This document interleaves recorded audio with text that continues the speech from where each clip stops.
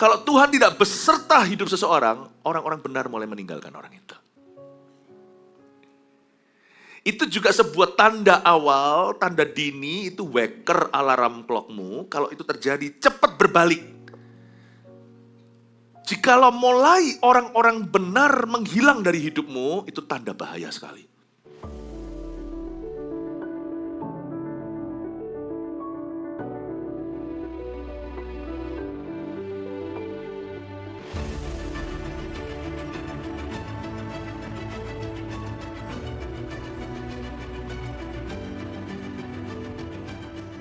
Glory, kemuliaan hanya bagi namamu. Kami tunduk di bawah kakimu. Kami tunduk kepada Yesus. Kami tidak akan sujud menyembah kepada yang lain. Hanya kepada Tuhan. Hidup kami berpaut hanya kepada Roh Kudus. Tuntun kami lewat firman-Mu. Firman-Mu satu-satunya pedoman hidup kami. Tanpa itu kami mati. Dengan itu kami hidup sekalipun kami mati. Makasih Tuhan. Sampaikan sabdamu, kau ada di sini, manisnya hadiratmu di ibadah ini. So sweet is my Jesus. I can feel your presence. So wonderful. So beautiful. Serasa tidak ingin mengakhiri ya Tuhan sesi worship ini. Tapi firman harus dibagikan. Karena kau tidak memanggil kami hanya menyembah dalam roh. Tapi dalam kebenaran. Makasih Tuhan. Sampaikan sabdamu di balik salibmu, hambamu bersembunyi. Haleluya. Amin. Saya mau bahas sesuatu yang sangat penting sekali. Jika Tuhan tidak di pihak kita, kira-kira hidup seperti apa ya? Penting kadang-kadang kita renungkan. Misalnya kalau hari ini kita jatuh.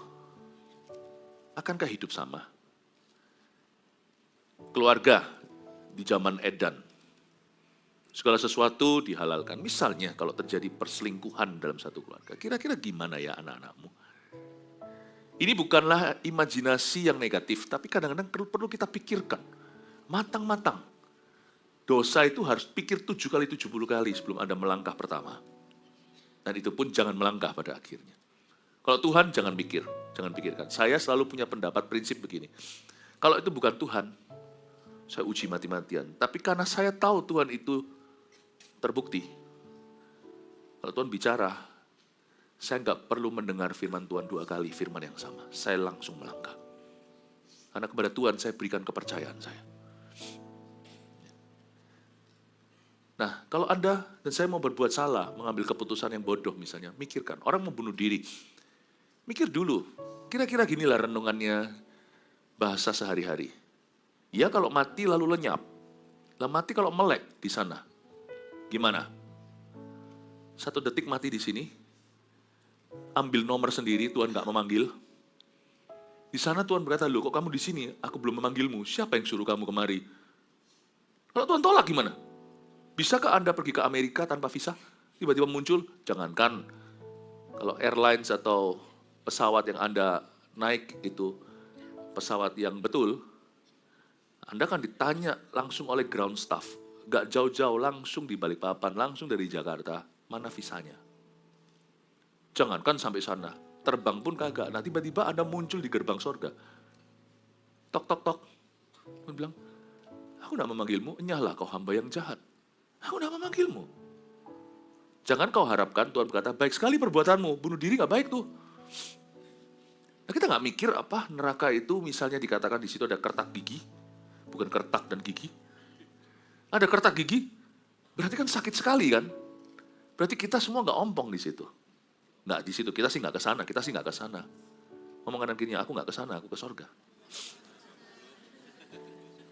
Tapi orang di situ itu punya gigi dong, manusia dong, sakit dong, sampai kertak gigi, sampai gigit bibir sendiri sampai berdarah pun tidak mati.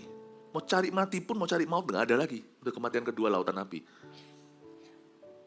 Well, pernahkah Anda tangannya kena jepret sesuatu? Pernahkah Anda tangannya memegang sesuatu yang panas sekali, misalnya cangkir yang mendidih? Langsung lepaskan. Nah kalau semuanya begitu, Anda tidak boleh lepas. Anda kerasa setiap menitnya. Setiap menit akan rasa seperti satu jam. Setelah selesai 1 menit, Anda kira sudah selesai itu.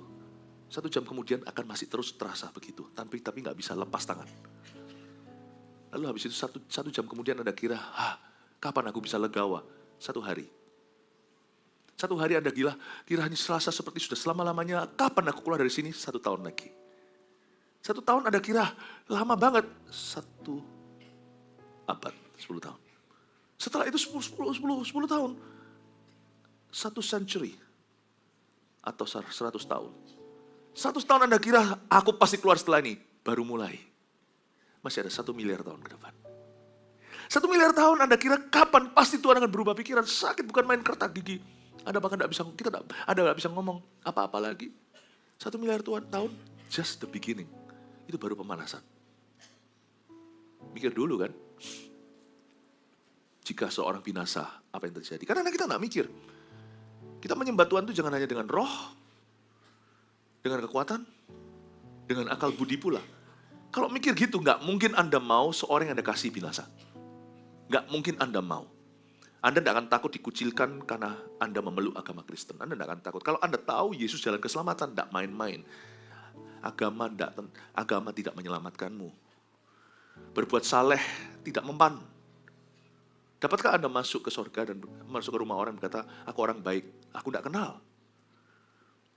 Kalau Anda tidak kenal, Dia yang turun dari surga, menjadi darah daging seperti Anda manusia, mati di kayu salib, bangkit pada hari ketiga, naik ke surga.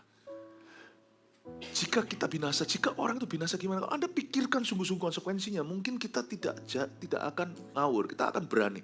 Kadang-kadang kita tidak pakai akal budi kita, bukan berarti nggak mikir, tapi pikiran kita tidak diarahkan ke situ. Kita mikir untuk hal-hal yang lain yang sifatnya fana. Kalau yang itu pinter banget. Tapi untuk kekekalan kita main-main atau kita asal-asal. Kalau kita mikir betul-betul ya, orang yang pacaran ya, kalau Anda cari pacar ya boleh sembarangan. Tapi kalau Anda cari seorang istri, itu nanti mama anak-anakmu. Kalau Anda zolimi sekarang, suatu hari gimana tanggung jawabmu pada anak-anak? Suatu hari kalau Anda punya anak perempuan gimana? Wah, Pas Philip berpikir terlalu panjang. Kalau kita itu percaya kita punya hidup kekal, mikir seumur hidup itu tidak terlalu panjang. Kalau hati kita diisi kekekalan, kata pengkhotbah, kita meskipun masih muda. Saya sudah punya pikiran seperti ini dari saya umur 18 tahun ketika saya bertobat. Bukan karena saya jenius, bukan. Tapi karena pikiran saya diisi Kristus. Hati saya penuh kekekalan, jadi mikir ke depan. Waktu itu saya bilang sama diri sendiri, saya tidak mau main-main before 30, sebelum umur 30. Kristus melayani mulai umur 30. Public ministry. Daud mulai memerintah umur 30. Saul pun yang gugur mulai umur 30. Bukan 30 itu keramat, tapi saya tidak mau main-main. Sebelum umur 30 saya mulai sesuatu yang konkret, sesuatu yang solid. Saya tidak mau buang-buang waktu seperti anak-anak muda pada umumnya. Itu waktu masih umur 18 dan saya berkata, saya mau pacaran cuma sekali doang lalu menikah. Kalau Anda sudah terlanjur berapa kali, ya kali ini terakhir kali. Atau selanjutnya kalau Anda dapat pacar, jangan main-main. Saya bilang, nanti yang saya jalin hubungan ini, nanti siapa yang jadi pacar saya mau dia jadi mamanya anak-anak saya. Saya bukan cari pacar, saya cari istri. Kalau kita bisa mikir seperti itu, nggak mungkin jebol pacarannya, nggak mungkin ngawur. Yang perempuan, itu besok adalah ayahnya anak-anakmu loh. Kalau dia sama dirimu seperti itu, gimana ngajar mendidik putra-putrimu nanti suatu hari. Dan kalau dia bisa mencuri sesuatu yang bukan miliknya, meskipun bersamamu, suatu hari apa garansinya kalau Anda perut besar, jadi gemuk. Kalau nggak mau nambah berat badan, jangan hamil. Pada saat itu dia bisa mencuri sesuatu, tidak bersama dirimu, di belakangmu. Kalau dia bisa mencuri sesuatu bersamamu, dia bisa mencuri di belakangmu. Kalau saya wanita, suami, dia bisa begini sama aku, dia bisa sama siapa saja, dia bisa melanggar firman Tuhan kok. Saya akan khawatir jadi istrinya. Saya akan khawatir. Berarti orang ini kompromi. Dan kalau dia bernafsu, segala sesuatu dihalalkan. Semua cara dibenarkan. Berarti lain kali, aku tidak bisa percaya dia kalau aku tidak lihat dia. Kita harus mikir. Jika Allah tidak di pihak kita, pikiran negatif itu ada fungsinya. Untuk membuat kita tidak ke sana. Kita berkata, no, aku tahu kalau gitu, aku harus memilih. Di dalam dunia ada 2 jalan lebar dan sempit, mana aku pilih. Aku tidak pilih api, aku tidak pilih jalan yang mudah. Kalau bisa gampang sih, siapa nggak mau. Tapi aku pilih Tuhan. Apapun itu jalan, aku akan jalani. Kalau kita mikir kan. Nah, jadi saya, berapa waktu yang lalu saya mengunjungi, ada pula jemaat yang, karena 1-2 hal. Karena jemaat kita kan banyak. Ya, sudah ratus lebih ratusan ribu. Jadi kan pasti ada yang bermasalah, pasti ada juga yang jatuh dalam kesalahan di masyarakat segalanya. Jadi juga ada satu dua yang kena terjerat sesuatu. Lalu habis itu saya kunjungi waktu di penjara, ternyata dia bukan yang paling berat. Satu-satu di situ ya pengakuan. Kadang-kadang datang ke rumah perkabungan lebih banyak hikmat daripada ke pesta. Waktu saya kunjungan penjara, saya ketemu dengan napi-napi yang lain tahanan. Waktu saya layani jemaat, akhirnya tak bisa terelakkan. Saya juga harus melayani yang lainnya karena mereka juga tahu saya siapa. Waktu melayani itu, saya bicara seperlunya, saya doakan. Ya, mereka butuh sekali dihibur, dikuatkan, dapat pengharapan. Ada yang dijebloskan masuk seumur hidup, padahal usianya sudah senja. Ya tinggal mati di sana dengan kata lain. Satu-satu kesaksian, baik yang masih muda, masih tua. Waktu itu lagi Natalan, keluarganya datang sebentar, lalu habis itu pas lagi jam-jamnya, sore-sore maghrib gitu, semuanya udah pulang. Itu mereka harus lihat keluarganya itu pergi, dan mereka tidak bisa Natalan bersama. Itu di bulan Natal itu. Satu-satu kesaksiannya begini, andai aku dulu ya remehkan. Aku tuh punya segala-galanya. Pas Natal gini mungkin saya lagi sekarang jalan-jalan dengan keluarga saya di Orchard Road di Singapura dan sebagainya. Sekarang aku tidak bisa. Aku harus melihat keluargaku pergi. Aku tidak bisa hari ini nginep di rumah bersama dengan anak-anakku. Dia berkata, semua karena aku buta. Padahal aku tahu, aku tidak pernah mikirkan sungguh-sungguh konsekuensinya begini kalau melanggar hukum. Coba ada yang memperingatkan aku. Coba ada yang ngomong sama aku, pikirkan dulu. Aku pasti tidak akan gegabah. Padahal aku ini kurang apa? Semua sudah punya.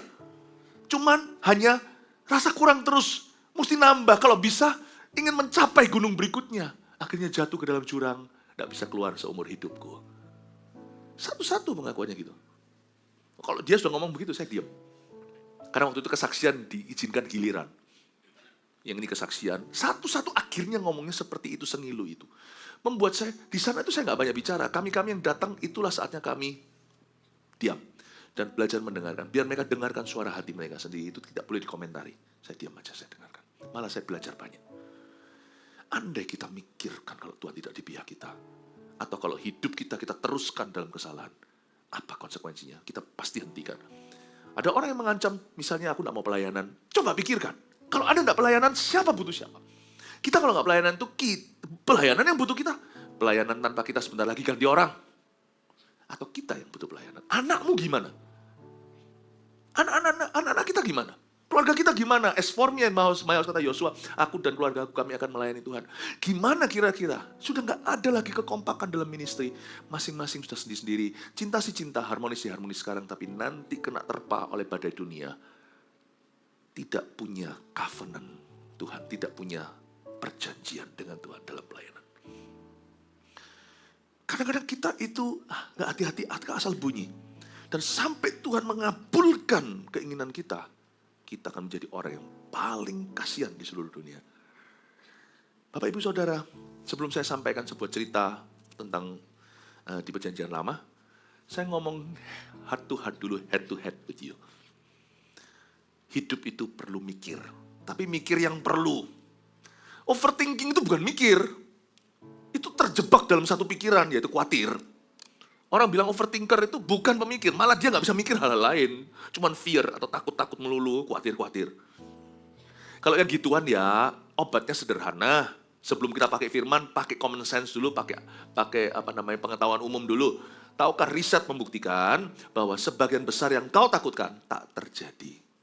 Malah yang nggak kau takutkan, kau abaikan, itu yang kejadian. Maka itu jangan remehkan. Itulah sebabnya seorang overthinking adalah seorang yang akan dipermainkan oleh setan. Hasutan-hasutan pikiran.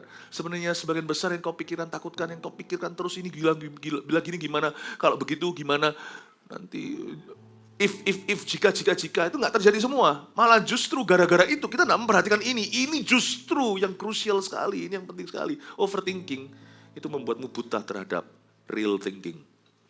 Kita perlu mikir. Dengan akal budi, kita perlu mikir. Hari-hari ini perlu mikir dulu. Bisnis juga sama. Jangan gegabah, semua orang ras ke situ, semua ke situ. Mau beli, semua beli.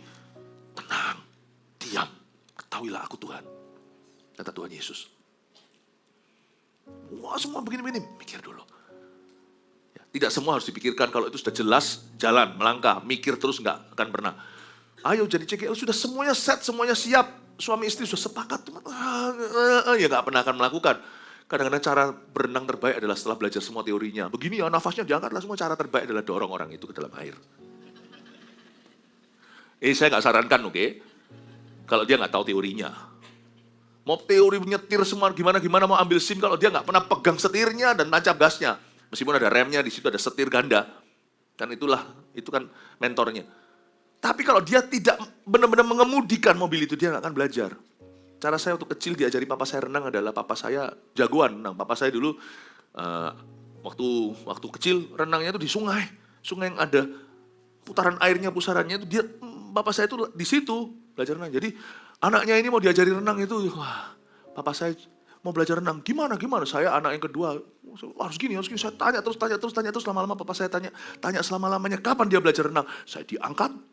Saya masih ingat waktu itu di sebuah kolam renang besar, kolam renang umum namanya Taman Tirta di Surabaya, sekarang menjadi tempatnya TVRI, ya di Maijen Sungkono, Jalan Maijen Sungkono di Surabaya. Diangkat saya, gitu, langsung dilempar dari atas. Disitulah saya belajar renang.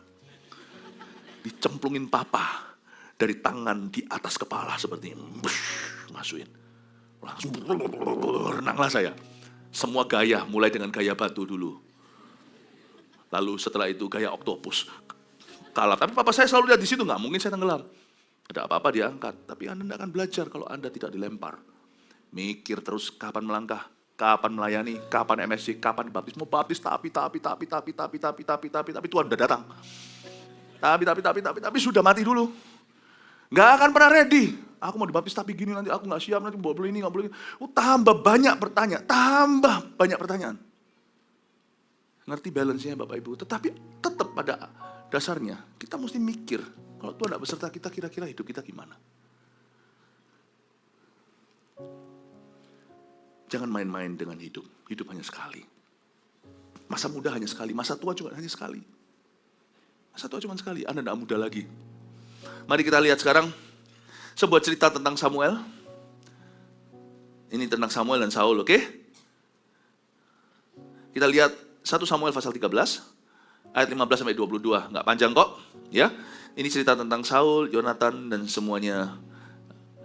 Dan kita cerita tentang bagaimana Saul setelah dia berbuat salah, setelah dia melanggar firman Allah secara sengaja, bagaimana Tuhan mulai meninggalkan dia. At least paling tidak Tuhan tidak beserta dengan dia, hidupnya berubah nasibnya, pemerintahannya, kepemimpinannya, rumah tangganya, dan bangsa Israel pun kena pengaruhnya. Jika Tuhan tidak beserta seseorang, kira-kira hidupnya jadi seperti apa? Kita lihat ayat 15, kemudian berangkatlah Samuel dan pergi dari Gilgal ke Gibea Benyamin. Ini ceritanya ayat 15, Samuel 15a, Samuel pergi dari mana? Ini Samuel pergi meninggalkan Saul. Kalau nggak salah, nanti saya cek lagi, mereka sudah tidak pernah ketemuan lagi. Ya. Jadi inilah saat di mana Samuel pergi meninggalkan Saul selama-lamanya. Kalau Tuhan tidak beserta hidup seseorang, orang-orang benar mulai meninggalkan orang itu. Itu juga sebuah tanda awal, tanda dini, itu waker alarm clockmu. Kalau itu terjadi, cepat berbalik. Jikalau mulai orang-orang benar menghilang dari hidupmu, itu tanda bahaya sekali. Saul, kita lihat ya, kemudian berangkatlah Samuel dan pergi dari Gilgal ke Gibea Benyamin, tetapi Saul memeriksa barisan rakyat yang ada bersama-sama dengan dia itu, kira-kira 600 orang banyaknya. Saul dan Yonatan anaknya dan rakyat yang ada bersama dengan mereka tinggal di Geba Benyamin, sedang orang Filistin berkemah di Mikmas. Ini kan setelah Samuel marah, ibadah sebelumnya tadi saya jelaskan, ketidaktaatan Saul waktu orang Filistin datang menyerang. Waktu itu Saul mempersembahkan korban sebelum Samuel datang, itu fatal.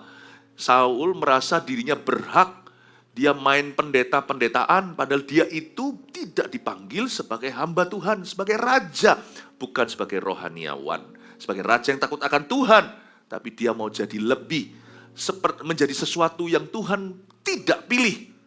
Don't try to become somebody else. Kalau Tuhan tidak memilihmu, jangan paksakan diri. Tapi kalau Tuhan memilihmu, jangan jual mahal. Samuel itu datang kan, saya kasih rangkuman.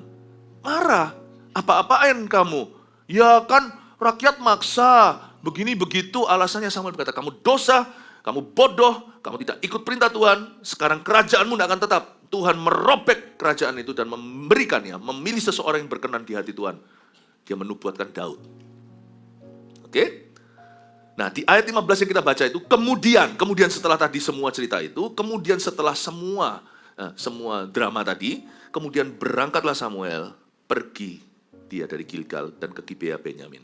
Tapi Saul bukan kejar Samuel, karena hatinya memang sudah salah. Harusnya dia masih bisa kejar loh. Harusnya kalau dia lari ke Samuel, dia bilang, sorry, aku terima konsekuensi. Kayak Daud gitu loh, waktu salah tentang Batsheba. Kan dia tidak melawan ketika dia ditegur oleh Tuhan. Dia memberi diri sekalipun Tuhan hukum dia habis-habisan, tapi Tuhan tidak tinggalkan. Tuhan tuh gak gampang, gak sedikit-sedikit main tinggalkan orang itu, enggak.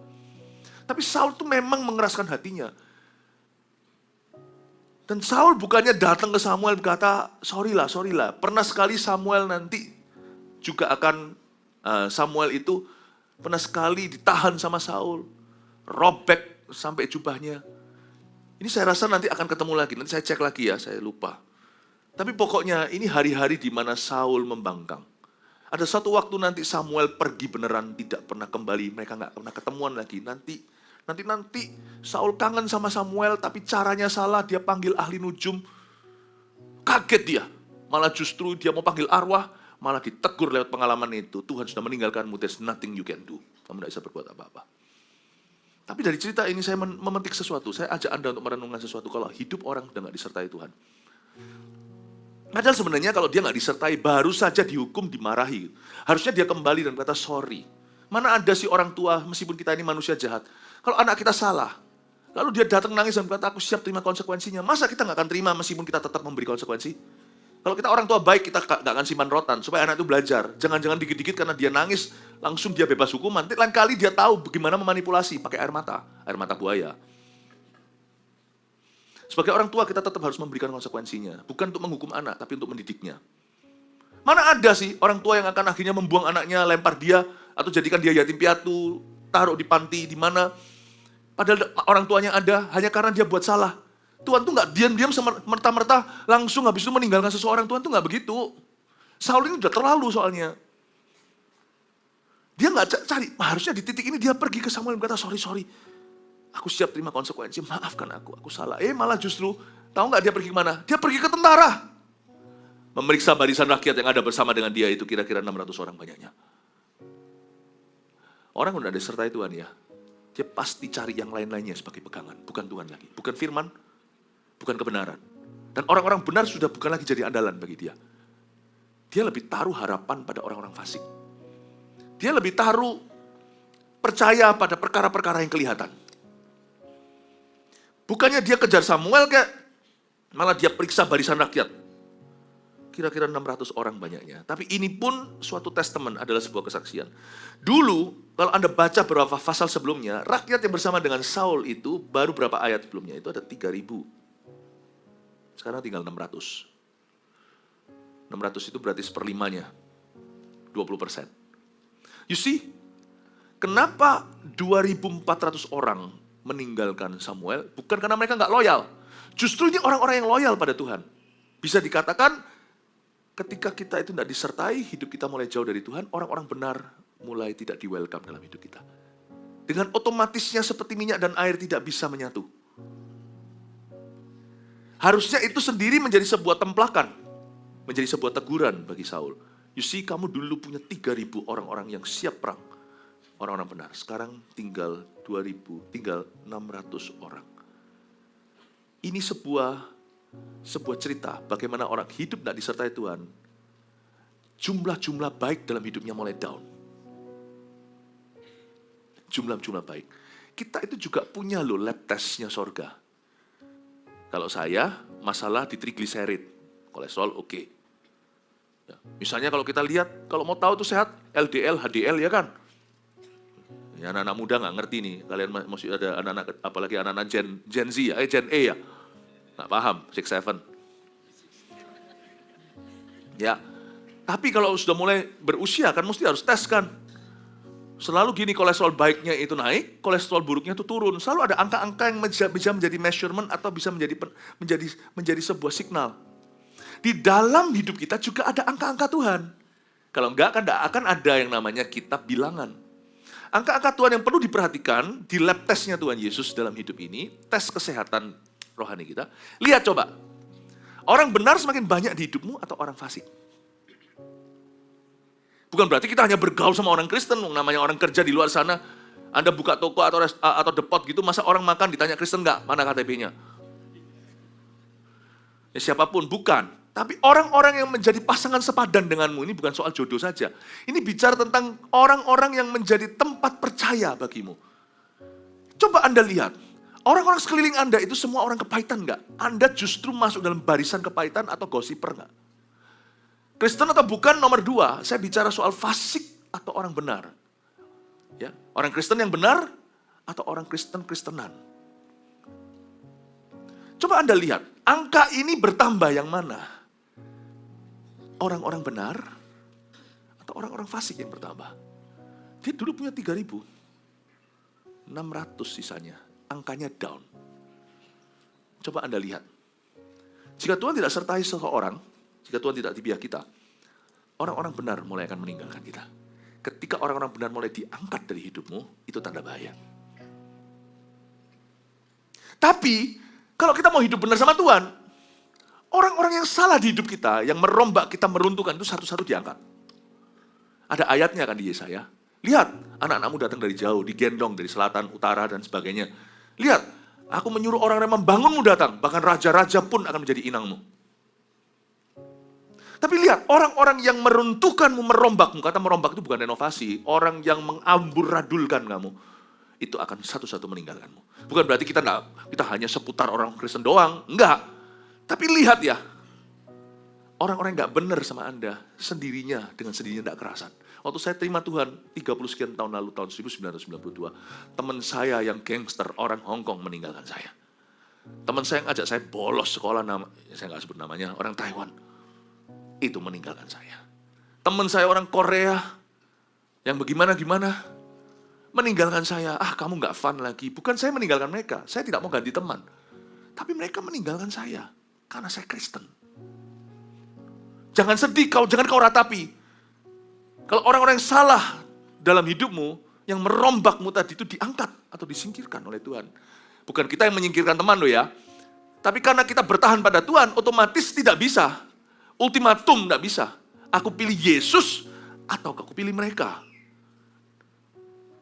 Dan kalau ada yang stay sama saya, ada juga yang kayaknya bertobat hari ini jadi jemaat. Berapa teman-teman saya zaman dulu sekarang, saya disapa minggu-minggu yang lalu waktu saya mau khotbah di GMS Surabaya Barat.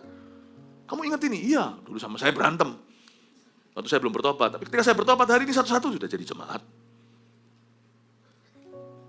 Maksud saya adalah, kalau Anda melihat angka ini naik turun, Anda harus bisa baca kehidupan rohanimu sendiri. Jika Tuhan tidak di pihakmu, orang-orang salah mulai bertaburan di dalam kehidupanmu. Kalau Tuhan di pihak Anda, orang-orang benar jadi banyak. Yang salah pun satu-satu dimenangkan. Amin Bapak Ibu. Saul dan Yonatan anaknya dan rakyat yang ada bersama dengan mereka 16 tinggal di Geba Benyamin, sedang orang Filistin berkemah di Mikmas. Maka keluarlah orang-orang penjara dari perkemahan orang Filistin dalam 3 gerombolan. Ketika Tuhan tidak di pihak kita, setan mulai kirim gerombolan penjara. Gerombolan yang satu mengambil jalan ke Ofra, ke daerah Syual. Gerombolan yang kedua mengambil jalan ke Bet Horon. Seperti ada satu wave atau satu gelombang demi gelombang datang. Ini bukan gelombang masalah. Masalah bisa bertubi-tubi karena ada ayatnya. Kesusahan orang benar banyak, tapi Tuhan meluputkannya. Tuhan juga akan melepaskan dia dari semua kesusahannya itu. Tapi ini bukan gerombolan itu. Yesaya 54 berkata, kalau ada orang menyerbumu itu bukan dari aku. Siapapun menyerbu engkau akan rebah di hadapanmu. Tak seorang pun akan tahan berdiri di hadapanmu. Inilah yang menjadi bagian daripada hamba-hamba Tuhan. Ia akan membuktikan bersalah orang-orang di pengadilan. Yesaya 54. Siap senjata di tempat melawanmu tidak akan berhasil. Saya berikan bahasa sehari-harinya, setiap senjata yang ditempa terhadap melawanmu akan menjadi peluru keberhasilanmu. Nggak mempan, bukan hanya nggak mempan, panah ke sini malah justru tabung panahku penuh. Jangan takut orang kata apa, kalau Tuhan di pihakmu siapa lawanmu. Ini bukan Yesaya 54, karena ini adalah cerita hidup orang yang ditinggal Tuhan. Gerombolan-gerombolan ini justru karena orang ini meninggalkan Tuhan. Gerombolan-gerombolan ini bukan gerombolan-gerombolan ini akibat seseorang meninggalkan Tuhan. Tahukah ketika seseorang tidak lagi berada di dalam perlindungan Tuhan, dia keluar dari covering, dia menjadi sasaran empuk kuasa kegelapan. Dia jadi sasaran empuk. You see, when you come out, waktu kita keluar dari covenantal relationship atau dari segala hubungan yang sifatnya perjanjian, misalnya, hubungan perjanjian itu apa aja? Covenant relationship, salah satunya ya, yang paling umum ya, pernikahan. Itu harus kau jaga, itu sakral. Makanya ada ayatnya, jaga ranjang pernikahan, hormati ranjang pernikahan. Itu harus dihormati dari sejak pacaran. Kalau kita melanggar itu, kita keluar dari covenant. Maka kita keluar dari covering itu, sudah istilahnya, bukan lagi tanggung jawab Tuhan. Apa yang terjadi atasmu. Kau memilih begitu. Tapi bukan berarti tidak ada jalan kembali. Jalan kembali selalu jalan pertobatan itu. Jalan pertobatan sama dengan jalan pemulihan. Tuhan akan memulihkanmu, tapi harus bertobat sungguh-sungguh. Tuhan tidak suka orang yang bertobat pura-pura. Misalnya, dalam pernikahan kita langgar perjanjian nikah kita, itu hubungan perjanjian. Tidak akan ada covering. Dosa seks, dosa perzinahan biasanya merupakan dosa yang menghancurkan karir seseorang. Sukses dalam karir itu harus dibangun di atas dasar untuk orang menikah. Di atas dasar sukses pernikahannya. Bahkan di cerita di dunia ini ada banyak sekali yang manifestasinya. Presiden-presiden pun ada juga yang di-impeach gara-gara perzinahan. Tidak sedikit orang yang dulunya berhasil gimana tiba-tiba. Yang cerita yang konyol sekali itu loh yang di dalam Coldplay. Siapa itu CEO yang berhasil sekali kan, langsung ambruk kan perusahaannya gara-gara kena sorot. Lalu habis itu ternyata itu bukan istrinya. Hancur kan, meskipun dunia ini bobrok dan dunia ini bermoral tidak baik, tetapi gimana pun juga, ada suatu hukum rohani yang tidak kelihatan. When your marriage is not alright, soon your business will not be alright. Karirmu tidak akan benar. Apalagi hamba Tuhan, hancur sudah. Apalagi yang menyuarakan moralitas, hancur sudah dan integritas. Hubungan perjanjian salah satunya itu. Dan apa yang menjadi hubungan perjanjian yang dilanggar oleh kita? Maka gerombolan-gerombolan ini mulai akan berdatangan. Dan kali ini gerombolan-gerombolan itu tanda kutip dari Tuhan. Bukan Tuhan yang suruh dia, tapi Tuhan tidak lindungi. Apa yang Tuhan tidak lindungi, diserang setan. Apa yang Tuhan tidak lindungi, diserang setan. Jadi bukan dari Tuhan, tapi Tuhan ketika kita keluar dari itu, Tuhan tidak akan lindungi kita. Karena itu ada lagu tadi yang kita nyanyikan, bila Tuhan tidak beserta aku tidak berani jalan sendiri. Kita jangan sok gagah perkasa, karena kita tahu hidup itu penuh dengan misteri. Tanpa Tuhan Yesus saya tidak berani berjalan satu langkah. Karena saya tahu berkat saya datang dari Tuhan. Gerombolan yang kedua mengambil jalan dari Bet Horon, gerombolan yang satu lagi mengambil jalan ke perbatasan yang menghadap ke lembah Seboim, arah ke padang gurun. Ini yang ketiga luar biasa, ayat 18 ini. Gerombolan yang ketiga itu mengambil jalan ke perbatasan. Gerombolan ketiga aja tidak membuat Saul bertobat. Ya. Dan gerombolan yang kedua, ketiga tidak membuat orang Israel bertobat. Padahal gerombolan ketiga itu sudah perbatasan, batas-batas anugerah yang menghadap ke lembah Seboim, arah ke padang gurun. Orang yang tidak disertai Tuhan, jika Tuhan tidak di pihak orang itu, cepat lambat dia akan masuk ke padang gurun. Ini bukan padang gurun pencobaan Yesus karena dia dituntun Roh Kudus untuk menang. Ada dua macam padang pasir dalam kehidupan orang percaya. Secara rohani ya, saya tafsirkan. Kalau kita dituntun sama Roh Kudus masuk ke padang pasir, padang gurun. Kalau kita dituntun oleh Roh Allah, kita dituntun untuk menang. Yesus dicobai di padang gurun 40 hari, menang telak menjadi Mesias bagi manusia. Lalu sebagai Allah, titelnya ilahi, divine, itu sudah tidak perlu kita menambahi. Tapi kalau Yesus tidak cobai, bagaimana dia menjadi flesh and blood, darah dan daging untuk mengerti pergumulan kita. Hari itu dituntun Roh Kudus masuk ke padang gurun setelah baptisannya untuk menang menjadi Mesias kita. Jadi Tuhan sudah dari dulu Alfa Omega tanpa akhir, awal tanpa akhir. Tapi jadi Mesias, jadi dewan perwakilan kita. Hari itu dia memenangkan tiketnya. Aku dicobai namun tanpa dosa, aku bisa menolongmu orang-orang berdosa. Tapi kalau bukan Tuhan di pihak kita dibawa tuntun ke padang gurun itu oleh roh jahat. Untuk kita jadi mandul, jadi kering, jadi mati. Untuk mati di padang gurun seperti orang Israel 40 tahun itu di situ. Yang masuk hanya Yosua dan Kaleb. Padang gurun dari Tuhan itu gak apa-apa. Misalnya waktu kita masih honeymoon atau bulan madu secara rohani kita baru kenal Yesus, jiwa baru. Baru masuk puji-pujian langsung nangis. Baru doa buka Alkitab, langsung Tuhan berbicara. Tiba-tiba seperti petak umpet suatu hari setelah sekian bulan. Loh kok kering ya rasanya, kok aku gak nangis lagi. Kok gereng-gerengnya gak kerasa. Gak apa-apa tuh. Makanya keluar ayat carilah Tuhan. Kata carilah Tuhan itu Tuhan harus seolah-olah bersembunyi dulu. Itu untuk melatih imanmu untuk dewasa, tidak bergantung perasaan melulu. Supaya membangun disiplinmu, bukan karena gereng-gereng itu. Motivasinya ke gereja sudah komitmen pada Tuhan. Motivasinya pelayanan, motivasinya waktu kita saat teduh bukan lagi karena gereng-gereng. Saya dulu begitu, masuk hadirat Tuhan waktu awal-awal, langsung. Tapi kok gak ada lagi ya, listrik-listriknya mana, gereng-gereng gak ada. Gak ada, tapi justru di situ keluar kesadaran. Carilah Tuhan. Kenapa ada kata seek the Lord? Itu berarti Tuhan harus serasa seperti tidak ada.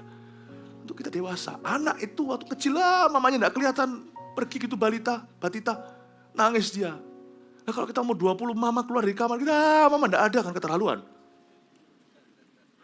Justru yang membuat anak disapi, lepas susu ASI. Itu anak yang sudah lebih dewasa. Mamanya keluar sebentar, dia tahu mamanya di situ. Kita juga tahu sekarang mama kalau kita lagi sekolah di luar kota segalanya, papa mama, kita tahu. Mungkin kita masih umur berapa. Tapi kita gak lagi merasa pisah. Meskipun tidak kelihatan mama papa saya ada. Seek me itu membuat kita mature, masuk dalam maturity. Tapi, kalau kita dipimpin ke padang gurun ini karena gerombolan setan, di situ kita dipisahkan dari hadirat Tuhan. Itu bukan sesuatu padang gurun yang Tuhan izinkan. Itu padang pasir setan. Orang yang hidupnya tidak lagi berpihak pada Tuhan, Tuhan tidak di pihaknya lagi. Orang itu pasti kering rohani, 100% dia kering rohani. Tidak ada orang yang tidak, kalau orang itu sudah meninggalkan Tuhan, bisa hidup rohaninya. Ada. Dia pasti. Tapi kok gerombolan ketiga ya baru merasa, Tuhan itu baik ya. Tuhan kasih kesempatan untuk kita bertobat. Untuk Saul dan bangsa Israel mencari Tuhan. Kita lihat ayat 19, seorang tukang besi tidak terdapat di seluruh negeri Israel. Sebab orang Filistin berkata, jangan-jangan orang Ibrani membuat pedang atau tombak. Jadi semua orang Israel harus pergi kepada orang Filistin untuk mengasah mata bajaknya. Lucu nggak? Padahal itu musuhnya. Jadi orang Israel harus pergi kepada orang Filistin untuk mengasah mata bajaknya, beliungnya, kapaknya, atau aritnya masing-masing. Adapun bayarannya ialah 2/3 sikal untuk mata bajak dan beliung, dan 1/3 sikal untuk mengasah kapak dan untuk memasang kusa. Tunggu dulu toh. Tunggu gini. Coba kita baca lagi nih. Jadi yang memonopoli besi di seluruh negeri Israel adalah orang Filistin. Lah pedang itu kan dari logam. Ya kan bukan pedang mainannya anak kita yang dari plastik, tong gitu ya. Ini kan dari yang bisa benar-benar jadi perang, dipakai untuk perang. Dipegang orang Filistin. Semua helmnya, baju zirahnya, pelindung kakinya seperti tentara Roma, semua itu orang Filistin. Karena orang Filistin khawatir jangan-jangan orang Israel bisa membuat pedang atau tombak untuk melawan mereka. Jadi semua orang Israel, lucu, harus pergi ke orang Filistin untuk bikin pedang untuk lawan orang Filistin. Hidup orang yang sudah tidak di pihak Tuhan. Kalau Tuhan tidak di pihak seseorang, hidupnya kan konyol begitu. Dia kan bergantung dengan sesuatu yang sangat fragile. Sesuatu yang sangat rapuh. Untuk membuat dirinya happy. Dia harus bergantung pada tipu muslihat dunia. Untuk membuat dia merasa fulfilled atau merasa dipuaskan. Dan dia harus bergantung pada musuhnya untuk mengalahkan musuhnya. Nggak mari-mari itu nggak akan selesai-selesai. Lawan orang Filistin cari orang Mesir. Nanti orang Mesir suatu hari sudah kalahkan Filistin. Mesir yang akan menjajah dia. Dia harus cari orang Amori. Orang Amori nanti jadi akhirnya orang yang Tuhan tidak di pihak seseorang itu skenario-nya selalu gali lubang, tutup lubang. Ini ayat ya, miris sekali. Dia harus bergantung sama orang Filistin untuk bikin pedangnya untuk orang Filistin. Kalau saya jadi orang Filistin, pedangnya tak mencongin sedikit. Saya ngaku-ngaku dari besi, tak kasih sedikit di sana terbuat dari bahan yang lain. Sehingga nanti pedangnya lawan katana saya, samurai saya, ting, putus langsung. Saya harus beli pesawat dari misalnya dari negara A. Untuk nanti perang lawan negara A itu. Ya pesawatnya, bautnya saya sedikit luskan. nggak mungkin menang. Setan akan menjadikanmu pancingan gini terus. Ayo sini, tapi nggak pernah dikasih. Terus gini terus. Hidupmu akan begini terus. Ayo sini, seperti kelinci diiming wortel itu. Ayo sini, wortel ini. Ayo. Selalu lompat ke depan, tapi nggak pernah nyampe-nyampe. Gali lubang, tutup lubang. Kasihan. Selalu bergantung dengan sesuatu yang nggak tentu. Lalu selalu pakai kekuatan musuh untuk melawan musuh. Nanti setelah itu musuh yang melawan musuhmu jadi musuhmu.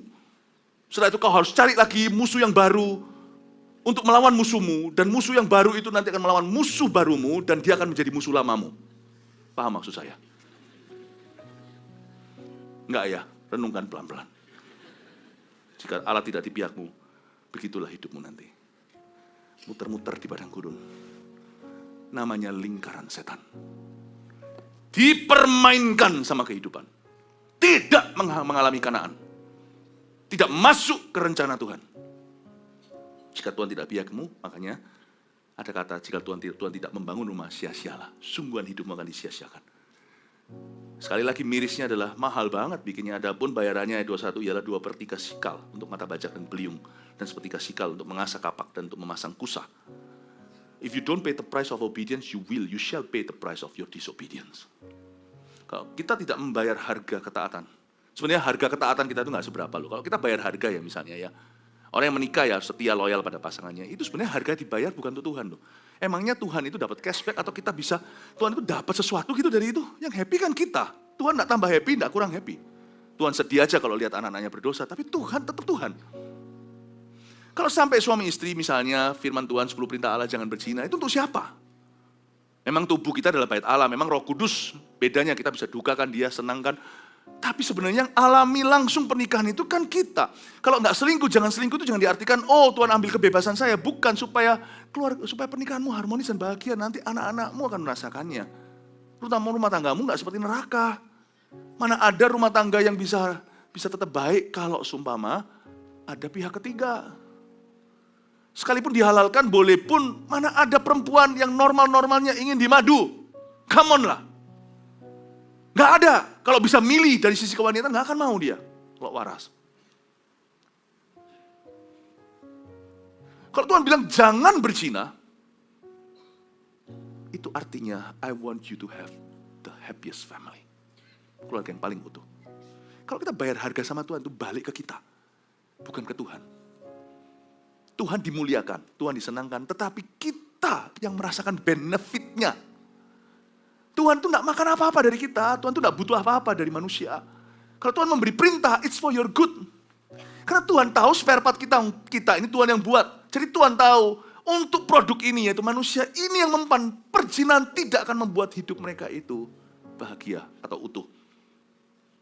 Tuhan tahu spare part kita. Jadi kalau kita gak bayar harganya untuk taat pada Tuhan, meskipun kita tahu ujungnya benefitnya kita yang rasakan, kita cepat lambat akan bayar harga yang sama atau lebih mahal kepada setan dan ujungnya tidak ada benefit apa-apa untuk kita, hidup kita dihancurkan. Pilih, bayar harga jadi murid atau bayar harga orang yang meninggalkan Tuhan. Pilih, bayar harga ke Tuhan Yesus atau bayar harga ke iblis. Saya pilih bayar harga pada Tuhan. Sebab kalau sama Tuhan, carilah dahulu kerajaan, segala sesuatu ditambahkan. Kau bayar harga pada setan, nyawamu pun diambil sama dia. Dan ujungnya, gigit jari kau tidak dapat apa-apa. Justru ujungnya, kau akan disiksa bersama dengan dia. Adapun bayarannya ialah 2/3 sikal, bla bla bla. Saya baca itu, saya berkata, Tuhan, may I never pay any price to the devil. Pesugihan, apa, ilmu, ini tuh. Dikasih Pentakosta, kuasa cuma-cuma.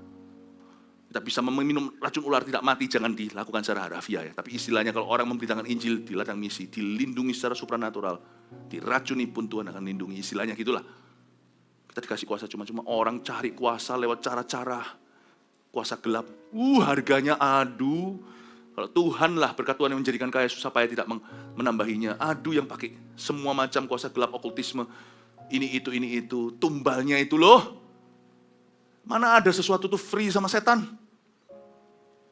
Tumbalnya itu loh. Nanti akan ada yang gak waras lah, keturunannya gimana, sakit penyakit, cerai, semua putus, semua yang benar, semua itu semua meninggalkan rumah tangga itu turun-temurun. Kau jual keturunanmu demi miliaran rupiah, bahkan di miliaran dolar. Untuk apa? Untuk apa seorang memperoleh seluruh dunia tapi kehilangan nyawanya? Saya milih bayar harga sama Tuhan. Karena itu sama sekali bukan harga, karena Tuhan sudah bayar semua harganya. Kalau saya bayar harga itu adalah baik untuk saya. Kalau mama suruh saya belajar, saya tahu itu untuk karir saya suatu hari. Mama suruh saya makan sayur, itu untuk kesehatan saya. Kalau Tuhan kasih saya perintah, itu untuk kebaikan saya. Amin Bapak Ibu. Sehingga pada hari pertempuran itu, sebuah pedang atau lembing pun tidak terdapat pada seluruh rakyat yang ada bersama dengan Saul dan Yonatan. Kecuali, tetapi Saul dan Yonatan anaknya itu masih mempunyainya. Coba lihat ya, jika Tuhan tidak di pihak seseorang, untuk sementara waktu, hanya orang itu yang gagah kalau dia masih dikasih kesempatan dalam berkat-berkat Allah. Tapi Anda lihat, hidupnya sudah tidak ada pengaruh lagi. Dalam pemerintahnya yang pegang pedang dan lembing hanya Saul dan Yonatan. Orang lain tidak. Kematian rohani selalu mulai dengan sini. Tidak langsung orang itu mati, pingsan dulu. Dari waktu ketika Tuhan itu meninggalkan Saul, itu masih ada 20 tahunan. Dia masih menang perang. Tapi kalau Anda lihat, sekalipun kelihatannya dia menang, kita bisa observasi lebih dalam lagi. Kita bisa lihat teropong pakai firman, kita lihat something is wrong, something is off, sesuatu yang salah. Karena yang pegang pedang dan lembing hanyalah Saul dan Yonatan. Seluruh bangsa Israel dikerdilkan. Ketika sebuah gereja, hanya satu orang yang hebat. Jemaat tidak dimuridkan. Dan tidak muncul pemimpin-pemimpin. Jangan bilang gereja itu sukses. Kalau dalam keluargamu, hanya Anda seorang diberkati, lalu anak-anak tidak karuan, sekalipun mungkin papa mama kaya raya, Anda jangan bilang Anda sudah sukses. Karena coba tunggu dulu, sebentar lagi sampai zaman anakmu, semua yang telah kau hasilkan akan buyar di meja judi mereka. When you alone are successful, you are not a successful person. Itu tanda orang Tuhan ada di pihaknya. Kalau Tuhan di pihak seseorang, orang itu tidak menjadi satu-satunya dipakai. Gara-gara orang itu, yang lainnya pun akan dipakai Tuhan. Daud, gara-gara Daud, 400 orang di Adulam. Jadi 600 nanti 200 itu kelelahan. Tapi 600 totalnya yang jago perang. Dari Daud seorang, boom! Kalau Tuhan di pihak seseorang, orang-orang lain setelah dia, gara-gara dia, melalui dia akan dibangkitkan oleh Tuhan. Baik itu dalam konteks bisnis, keluarga, rumah tangga, dan sebagainya. Jika Tuhan di pihak seseorang, jika Tuhan di pihak seorang laki-laki, kepala keluarga, anak-anaknya, keturunannya akan menjadi orang-orang gagah perkasa yang akan mendiami kota-kota sunyi. Yesaya 58. Jadi jangan pernah merasa hebat karena pencapaian sementara. Karena hidup masih berlangsung dan berlanjut. Mau tahu kalau Tuhan di pihak seseorang atau tidak, di pihak sebuah gereja, di pihak satu perusahaan, di pihak satu organisasi, di pihak satu keluarga, di pihak seorang individu. Mau tahu Tuhan di pihak dia atau tidak? Gampang. Coba lihat buahnya. Buahnya, B-U-A-H, buahnya. Ini bukan buah-buah roh saja, itu pasti. Minimal harus kelihatan buah roh, kasih, sukacita, damai sejahtera, kebaikan, kebajikan, bla bla bla, penguasaan diri, pengendalian diri. Tapi juga lihat buah pekerjaannya, kau lihat buah pelayanannya, kau lihat buah hubungannya. Akan nampak langsung orang ini diurapi atau tidak. Atau hanya dia diurapi sendiri, berarti dia sekarang sudah masuk di afterglow urapan. Pernah lihat afterglow? Afterglow itu kalau lampu buatnya tinggi itu kalau dimatiin, masih ada sisa-sisa lampunya. Anda masih bisa lihat, Anda tidak dalam gelap pekat, masih remang-remang masih bisa kelihatan. Dan afterglow-nya itu, kalau orang pernah diurapi dulu hatinya benar sekali, sekarang salah. Urapan itu dalam diri Saul masih jalan afterglow-nya. Setelah dimatiin lampunya itu masih ada sisa cahaya. 20 years my friend. Tuhan itu sekuat itu loh urapannya. Tapi seharusnya Saul introspeksi, aku sudah no longer diurapi, aku sudah pakai oli lama, sudah pakai minyak lawas. Hati-hati itu kalau Anda makan minyak jenuh, dipakai lagi, nasi goreng terus, jajanan itu. Jangan sampai jadi penyakit yang enggak. Minyak lawas itu bahaya. Enak sih enak, masih ada sisa-sisa kejayaan. Tapi harusnya orang yang menjalani tahu bahwa aku sudah berjalan dalam urapan yang kadaluarsa. Anda mau tahu urapanmu, jangan nilai orang lain, kadaluarsa atau tidak, atau segar. Engkau menuangi aku dengan kepalaku dengan minyak kepalaku, pialaku penuh melimpah. Mazmur 23, Anda mau tahu bedanya antara minyak itu dengan minyak ini yang Saul sekarang manifestasikan? Anda tahu? Gampang. Buah-buah Anda segar. Orang-orang sekeliling Anda dibangkitkan. Segar. Segar. Perusahaan juga sama kalau Anda buka cabang. Segar. Bukan langsung gali lubang, tutup lubang, gali lubang, tutup lubang. Habis itu langsung sampai ke pangkalnya, langsung sampai ke capital, sampai ke pokoknya. Itu pun jatuh. Cabang-cabangmu itu akan segar. Gemuk-gemuk semua. Carang-carangmu itu berbuah. Bukan hanya pokoknya. Anda mau lihat minyakmu kadaluarsa atau minyakmu segar? Buah-buah di sekelilingmu yang kau hasilkan. Jika Tuhan di pihak seseorang, segar, malah justru jadi besar. Tapi kalau Tuhan tidak di pihak seseorang, maka Anda lihat yang pegang peding lembang. Peding lembang. Pedang lembing. Haleluya, peding lembang. Hari ini kita belajar sesuatu peding lembang ya. Khotbah itu susah, lo tahu nggak? Tapi Anda nangkap kan peding lembang artinya apa kan? Yang pegang pedang lembing hanyalah orang awal. Saya harap itu tidak terjadi juga di dalam ladang misi di gereja kita. Kalau hari ini Balikpapan harus jadi besar daripada Surabaya. Kalimantan harus jadi gagah. Dan apapun yang Anda hasilkan berikut-berikutnya juga sama gagah. Amin Bapak Ibu. Dan coba Anda introspeksi apakah hari ini minyakmu segar atau tidak. Apakah Tuhan masih di pihakmu atau gagal. Lihat buahmu. Buahmu bermasalah? Buahmu mempermasalahkanmu? Atau buahmu itu segar? Mengikutimu.